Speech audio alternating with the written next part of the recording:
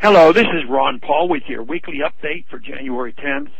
Last week, the 112th Congress was sworn in.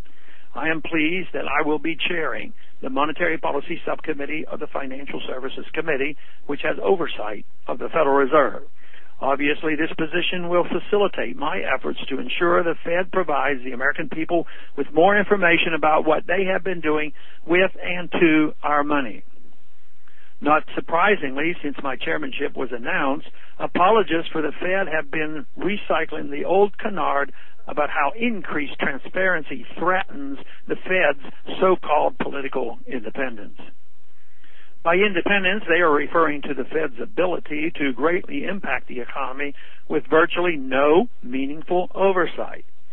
We only recently learned that the bankers at the Fed were able to use the latest financial crisis to bail out Wall Street cronies and foreign central banks with billions of dollars that were created and wasted, instead of appropriated and voted on by representatives of the people.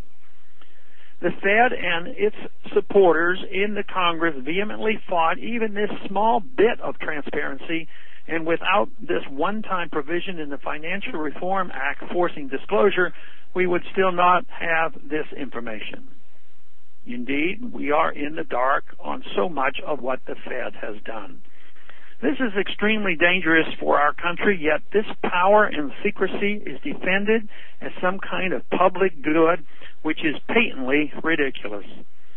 Our government is based on a system of checks and balances. With no check on the Fed, it is no surprise it has thrown the economy wildly off balance.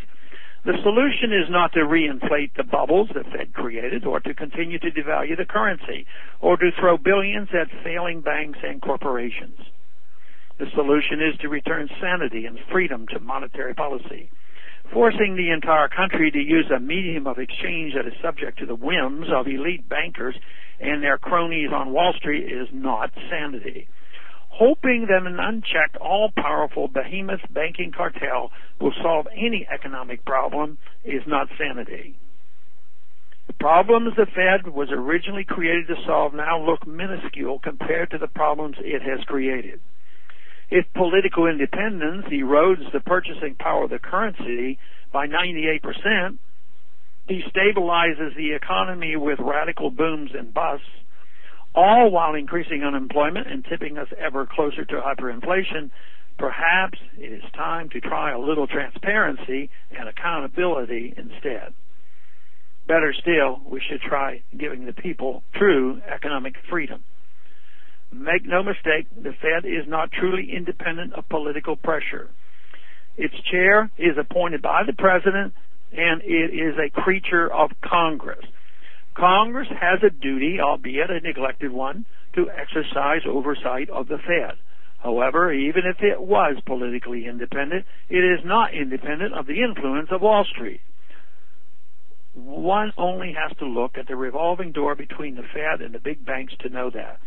Disclosure of TARP funds confirm this. It is nothing short of cruel and criminal for Congress to stand idly by while the life savings of Americans are inflated away to nothing. It is high time Congress insists on getting complete information on what the Fed has been doing and for whom. My hope is that exposing the truth will demonstrate the insanity of the status quo, and more people will call for sensible changes, such as legalizing competing currencies. Thanks for calling this update. A new update is placed on this number, 888-322-1414, every Monday. The written text can be found on my website, www.house.gov/Paul, under the heading Texas Straight Talk. Thanks for calling.